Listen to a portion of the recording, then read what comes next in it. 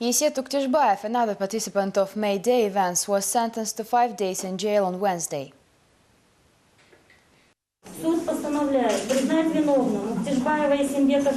The court pronounces Yeset Uktishbaev guilty and sentences him to a 5-day arrest.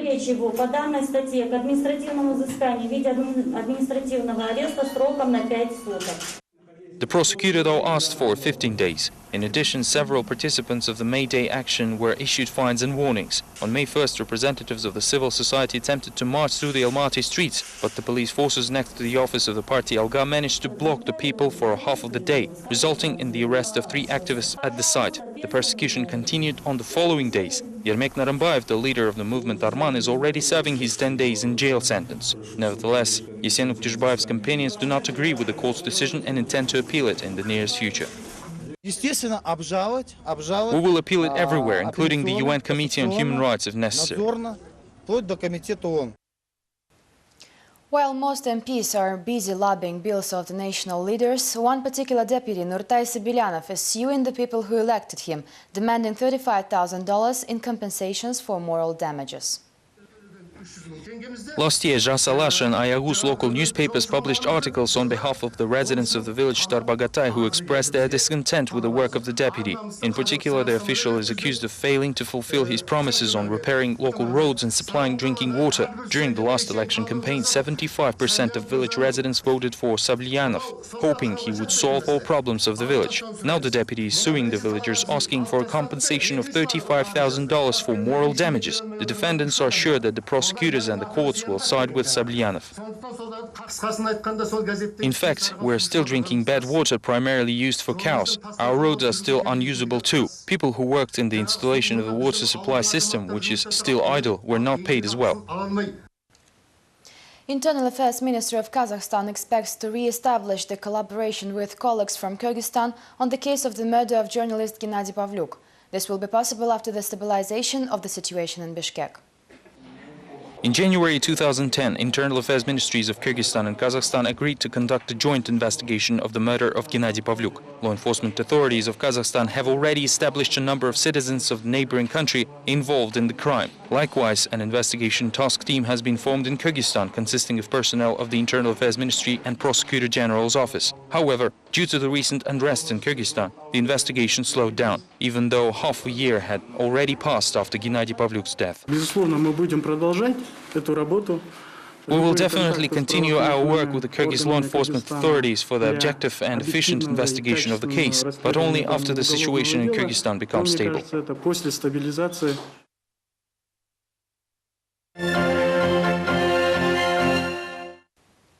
Temir Bank is considered an attractive investment for potential strategic buyers, says the chief banker of the country, Grigory Marchenko. On Tuesday, the bank's management announced the signing of the final agreement with creditors. According to the terms of agreement, Temir Bank becomes the third of the nationalized banks, with 80% of its shares going to the fund Samruk Kazana. Grigory Marchenko says that several financial organizations expressed their interest in buying the bank's assets after July 1st, when the technical restructuring will be completed. The chair of the National Bank assures that Temir Bank has restored its investment attractiveness despite barely escaping default. Marchenko adds that soon the bank's value will rise significantly, although he failed to name the potential investor, citing confidentiality of the information. I cannot reveal the name because, being the member of the board of the Financial Supervision Agency, keep confidential correspondence with the investor. The decision to reveal the information on the buyer can only be made by the major shareholder Samruk Kazana. Meanwhile, Russian Sberbank, the potential investor of another nationalized bank, BTA, is reinforcing the base of its branch with reputable economists from Kazakhstan. At a press conference in Almaty, the branch president, Oleg Smirnov, stated that the financial institution will expand the boards of directors from 3 to 5 people. The chairman of the Kazakhstan Financiers Association, Serek Akhanov, will join the bank's administration as an independent director. At the same time, Sberbank management denies the link between this appointment and the negotiations of the BTA's purchase. Frankly speaking, I see no relation here, as Serek Akhanov was chosen by the shareholders specifically for representing the interests of the entire banking system of Kazakhstan. The shipping season was recently opened on the river Irtysh. A stretch of nearly 300 kilometers from the Shulbinsk power plant to the village Maiskaya has been prepared by the Semey river transport workers for the vessel traffic. Yet there is little hope for mass transportation, as the entire fleet was sold to Russian businessmen after the collapse of the USSR. Shipping season was opened recently on the river Irtysh. 450,000 cubic meters of soil will be removed from the riverbed at the Semey section to make room for the passage of large ships. It looks like we have no problems here, as the water level should remain high during the entire year. Vladimir Plotnikov is working for more than 30 years on the Irtysh River. During the Soviet Union, he shipped road metals and wood to Tomsk and Tobolsk. In the past 15 years, though, Plotnikov is working exclusively on the deepening of the navigation channel.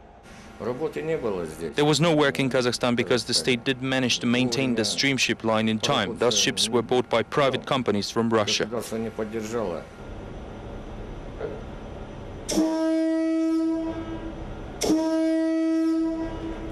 The veteran of the river transport industry says there is not a lot of traffic on Irtysh. Not a single barge passed through here last year. Nevertheless, more than $300,000 is allocated annually to maintain the navigability of the river, so far without any visible dividends. Plotnikov theorizes that the presidential yacht Baterek will be the only ship to be seen on the Irtysh this year.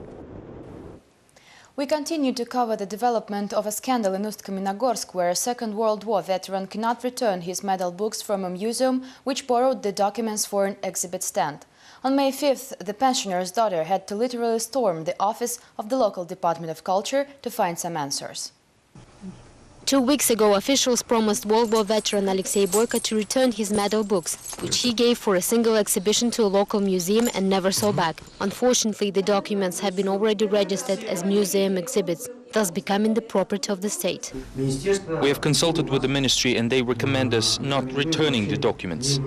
Several years ago, the Riga Museum asked the medal books to decorate a stand. Since then, the daughter of the veteran is trying to return the rarities by appealing to the culture department. This time, the heated talks lasted for an hour.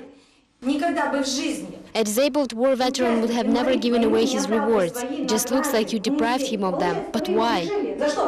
The condition of the 87-year-old Alexei Boyko deteriorates every day. He can barely walk, is very depressed and even cries because of this. The rewards earned with blood were taken away, says the veteran.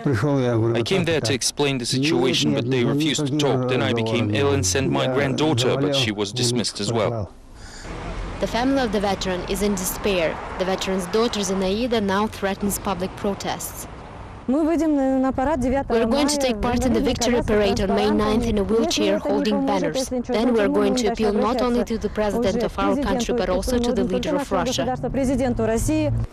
Zinaida has already appealed to a lawyer and filed a court action. She, however, is skeptical about the trial, as only 3 days are left before the anniversary of the Victory Day. These were all the latest updates from Kazakhstan. Thank you for watching us. Goodbye.